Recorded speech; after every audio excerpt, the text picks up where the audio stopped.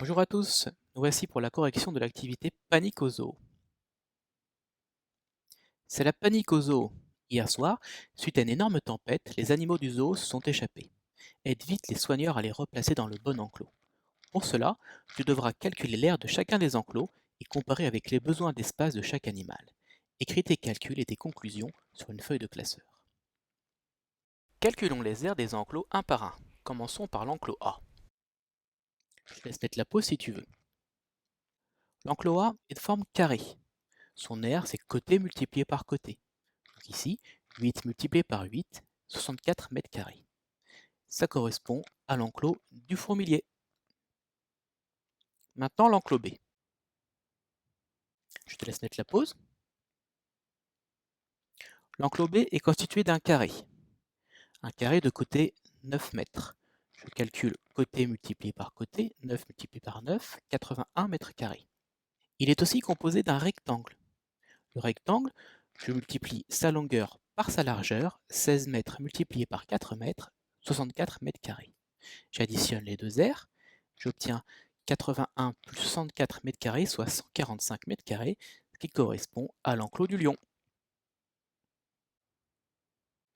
Enclos numéro C, je te laisse mettre la pause.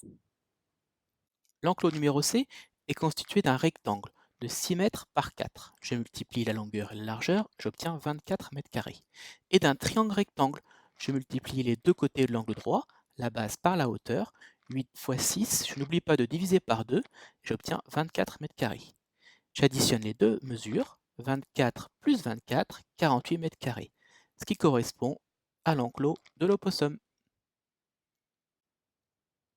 Enclos numéro D, je te laisse mettre la pause.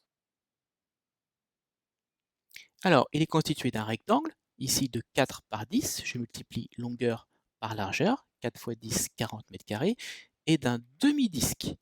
Alors, pour ce demi-disque, je dois multiplier pi fois le rayon et diviser par 2. Ici, le diamètre fait 10 mètres, donc le rayon, la moitié, fait 5. Je multiplie pi fois 5 divisé par 2, j'obtiens à peu près 39 mètres carrés. Je te rappelle que pi, c'est à peu près 3,14. J'additionne ces deux aires, 40 plus 39, j'obtiens 79 mètres carrés, soit un enclos pour la girafe. Dernier enclos, l'enclos E. Je te laisse mettre la pause si tu souhaites. L'enclos E est constitué de deux rectangles. Un premier rectangle ici en rouge. Ce rectangle a une largeur de 3 mètres et une longueur de 10 mètres. Donc pour calculer son aire, je multiplie la longueur par la largeur. 10 multiplié par 3, j'obtiens 30 mètres carrés. Il y a un deuxième rectangle ici en bleu. Alors, sa largeur c'est 3 mètres, sa longueur je ne sais pas.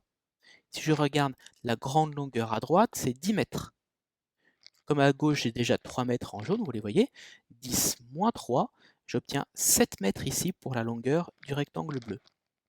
Je n'ai plus qu'à multiplier la longueur et la largeur. Je multiplie 7 fois 3 et j'obtiens 21 mètres carrés pour ce rectangle bleu. J'additionne les deux aires, 30 mètres carrés plus 21 mètres carrés, soit 51 mètres carrés. Je regarde l'animal qui correspond, c'est l'enclos de l'autruche. Replaçons maintenant les animaux dans leur enclos.